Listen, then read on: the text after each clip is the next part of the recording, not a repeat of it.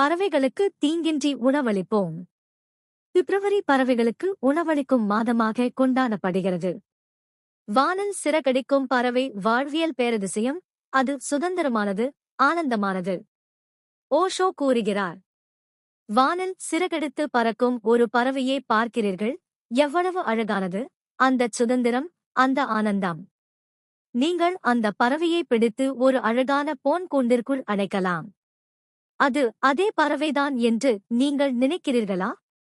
மேலோட்டமாக பார்த்தால் அது அதே பறவைதான், ஆனால் உண்மையில் அது அதே பறவை அல்ல. அதன் சுதந்திரம் எங்கே?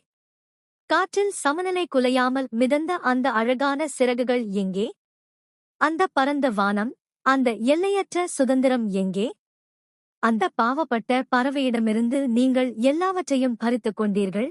ஆனால் அதற்கு 24 காரட் தங்கத்தால் ஆன ஒரு சிறந்த, விலையுயர்ந்த கூண்டை கொடுத்துவிட்டதாக நீங்கள் நினைக்கிறீர்கள். நீங்கள் அதைக் கொன்றுவிட்டீர்கள்.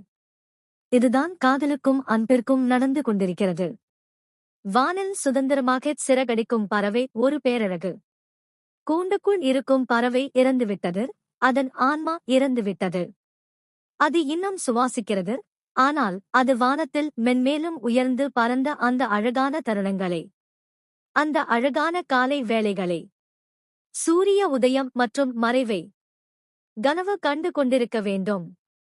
நீங்கள் அந்த பறவையிடமிருந்து எல்லாவற்றையும் பறித்துவிட்டீர்கள். அன்பு என்பது ஒரு பறவை. அதைச் சுதந்திரமாக வைத்திருங்கள். அதைத் தனி உரிமையாக்க மோனோபொலிஸ் முயற்சிக்காதீர்கள். நீங்கள் அதைச் சொந்தமாக்க முயலும்போது அது இறந்து விடுகிறது.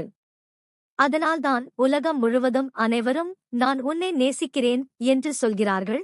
ஆனால் எங்கும் அன்பு இருப்பதாக தெரியவில்லை. இதற்கு அடிப்படை காரணம், நாம் அன்பிற்கு சுதந்திரம் அளிக்கவில்லை. நாம் அதை அடிமைத்தனத்தில் வைத்திருக்க முயற்சித்தோம். அது சாத்தியமற்றது.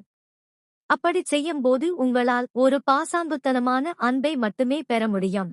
சொல்ல வேண்டுமே என்பதற்காக அது நான் உன்னை நேசிக்கிறேன் என்று சொல்கிறது. இல்லையென்றால் சிக்கல் ஏற்படும். சிக்கலைத் தவிர்க்க கணவன் உன்னை நேசிக்கிறேன் என்கிறார், மனைவி உன்னை நேசிக்கிறேன் என்கிறாள். ஆனால் அவர்களின் கண்களில் அந்த ஒளியையோ மின்னலையோ, அவர்களின் முகத்தில் அந்த பொலிவையோ உங்களால் பார்க்க முடியாது. அவர்களின் இதயம் வேகமாக துடிப்பதை உங்களால் கேட்க முடியாது. அவர்களைச் சுற்றியுள்ள அன்பின் நறுமணத்தை உங்களால் உணர முடியாது. எல்லாம் இறந்துவிட்டன. அன்பு என்பது உங்கள் ஆன்மாவின் சுவாசம். எந்த விலை கொடுத்தாவது உங்கள் அன்பை இறக்க அனுமதிக்காதீர்கள்.